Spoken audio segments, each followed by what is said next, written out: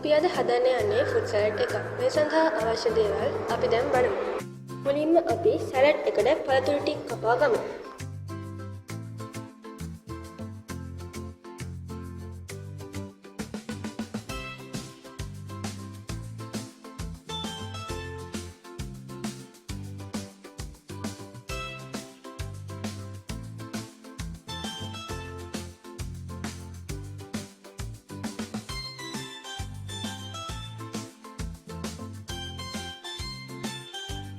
ඉන්පසු කපාගත් පළතුරු ටිකට ලුණු, සීනි, වැනිලා, මිල්ක් මේඩ් දමා හොඳින් මිශ්‍ර කරගන්න.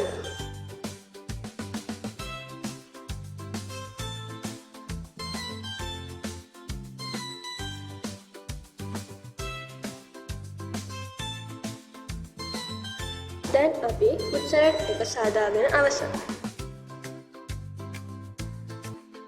මේ පිළිගැන්වීමට පෙර අයිස්ක්‍රීම්, කජු ස්ටික්ස් යොදා ගානිෂ් කරගන්න.